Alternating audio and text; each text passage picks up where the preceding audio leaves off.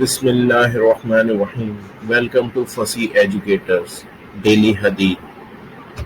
अली रज़ी अल्लाह अन्हा से रिवायत है कि वो नबी अकरम सल्लल्लाहु अलैहि वसल्लम के पास आए और कहने लगे, अबू तालिब मर गए हैं। आप सल्लल्लाहु अलैहि वसल्लम ने फरमाया, जाओ इन्हें दफन गाड़ दो। तो उन्होंने हज़रत अली ने कहा, वो शिर्क की हालत में मरे हैं। आप सल्लल्लाहु अलैहि वसल्लम ने फरमाया, जाओ उन्हें दफन गाड़ दो। चुनांचे जब मैं उन्हें दफन गाड़ कर आपके पास आया तो आप सल्लल्लाहु अलैहि वसल्लम ने मुझसे फरमाया, गुस्ल कर लो। It was narrated that Abu Ishaq said, I heard Najiyah bin Ka'b narrating from Ali that he came to Prophet, peace be upon him, and said, Abu Talib has died. He said, go and bury him. He said, he died as an idolater.